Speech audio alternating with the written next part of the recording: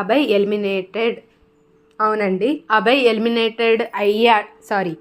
అయ్యాడని చెప్పేసి చాలా వార్తలు వస్తున్నాయి. అసలు ఎందుకు ఎలిమినేట్ అయ్యాడు? అంత స్ట్రాంగ్ కంటెస్టెంట్, మనకి ఫస్ట్ వీక్లో తను చాలా గట్టి పోటీ ఇస్తాడు, టాప్ 5లో ఉంటాడు, మొత్తం టైటిల్ విన్నర్ రేస్లో కూడా ఉంటాడని చెప్పేసి అందరూ అనుకున్నారు. ఈవెన్ దో ఆయన సెన్స్ ఆఫ్ హ్యూమర్ కానీ, అతని ఆట తీరు కానీ, తను ఆలోచించే విధానం కానీ అన్నీ కూడా బాగున్నాయని చెప్పేసి అందరూ అనుకున్నారు.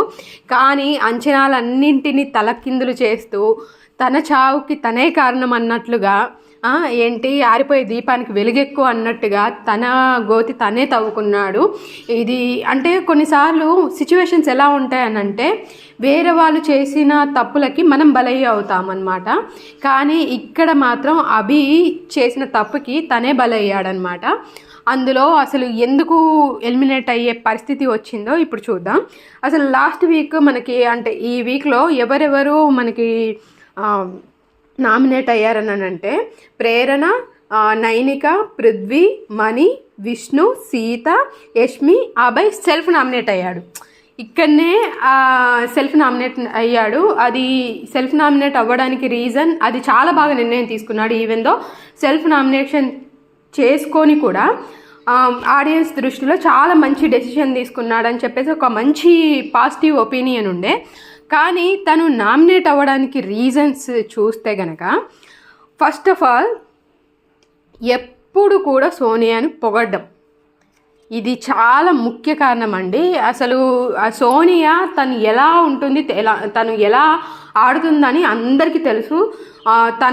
తను విన్ అయ్యేందుకు ఏమేమి స్ట్రాటజీస్ ప్లే చేయాలో తనకి తెలిసినంతగా ఇంకెవరికి తెలీదు.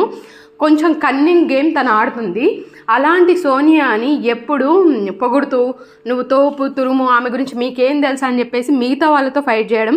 ఒక సినిమాలో ఉంటుంది కదా, పాపా పాపా పాపా పాపా అనుకుంటూ అలా భజన చేస్తూనే ఉన్నాడనమాట. అప్పటికే చాలామందికి విసుగొచ్చేసింది. ప్రేరణ ఒక టైంలో అంటది, అన్నా నువ్వు 10 years ఫ్రెండ్గా అన్నావు, ఎలా ఉన్నావు ఇలాంటి అమ్మాయితో అని చెప్పేసి.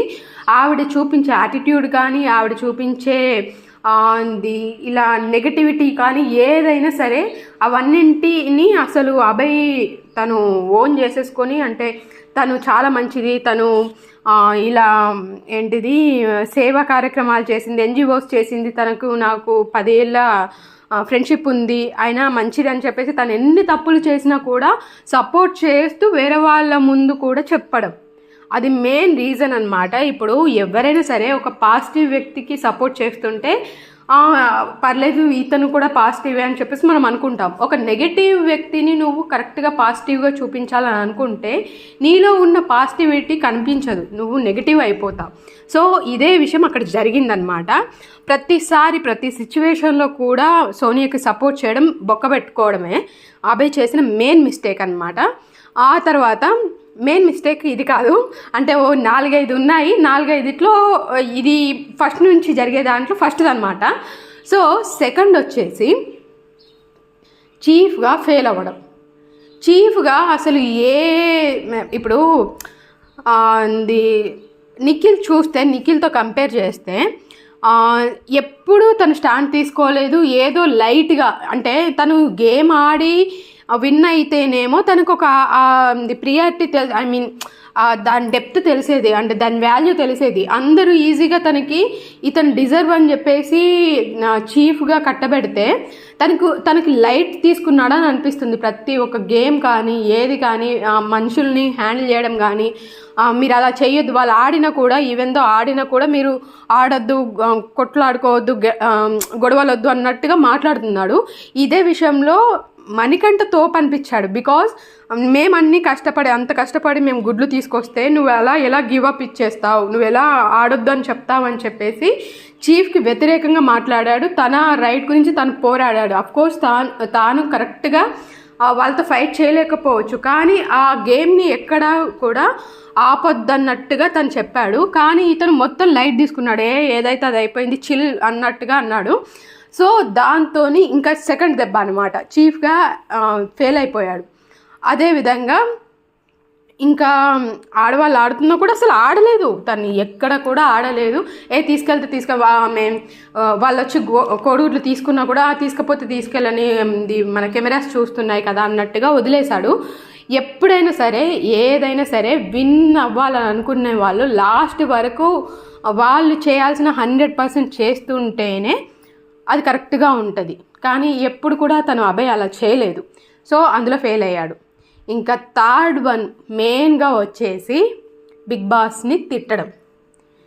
ఎంతలా తిట్టాడంటే అసలు మామూలుగా తిట్టలేదు. అసలు బిగ్ బాస్కి ధమాక్ ఉన్నదా, ధమాక్ పనిచేస్తుందా, అసలు నా గురించి తెలియదు, ఇక్కడ నేను మాట్లాడిన మాటలు ఇక్కడ కట్ చేసినా కూడా నేను బయటకు వెళ్ళి కూడా మాట్లాడతాను, అసలు వాళ్ళకి బుర్ర ఉందా, ఏం ఆడుతున్నారు, ఏం చేస్తున్నారు, వాళ్ళు స్క్రిప్ట్ రాసేది ఎవడు, వాడు వీడు అన్నట్టుగా ఇష్టం వచ్చినట్టుగా మాట్లాడాను. అప్పటిదాకా వీళ్ళందరూ పరమానంద శిష్యులు కూర్చొని మన అభయ్ని పొగిడారు. నువ్వు చాలా గొప్ప చీఫ్, నువ్వు మమ్మల్ని చాలా బాగా చూసుకున్నావు అని చెప్పేసి. ఈ మాటలు ఇవన్నీ విన్న తర్వాత ఇంకా బిగ్ బాస్ పిలిచి అనౌన్స్ చేశాడు అందరికీ, ఇక్కడ రూల్స్ నాది బిగ్ బాస్ హౌస్లో నా రూల్సే ఉంటాయని చెప్పేసి వీళ్ళందరినీ ఒక్కసారిగా తెల్లముఖాలు అయ్యేటట్టు మాట్లాడాడు. మీరు కావాలనుకుంటే ఇప్పుడే వెళ్ళిపోవచ్చు అని చెప్పేసి. బిగ్ బాస్ చాలా చాలా సీరియస్ ఉన్నాడు అనమాట అభయ్ మీద. సో తను అన్నిట్లో ఇప్పుడు గేమ్ ఆడకుండా నువ్వు ఏది చేయలేదు, నీకు నువ్వే 100% ఇవ్వలేదు. అలానే నీకు ఛాన్స్ ఇచ్చిన బిగ్ బాస్కి నువ్వు ఎదురెళ్ళి నువ్వు తప్పులున్నప్పుడు చెప్పాలి. కాకపోతే చెప్పడానికి ఒక విధానం అంటూ ఉంటుంది, ప్లీజింగ్ లాగా చెప్పాలి. ఏంటి బిగ్ బాస్ ఇది కరెక్ట్ కాదు, ఇది మేము ఇంత కష్టపడ్డాము, మీరు ఇలా చేయడం ఏంటిది అని ప్లీజింగ్ చెప్పడం వేరు.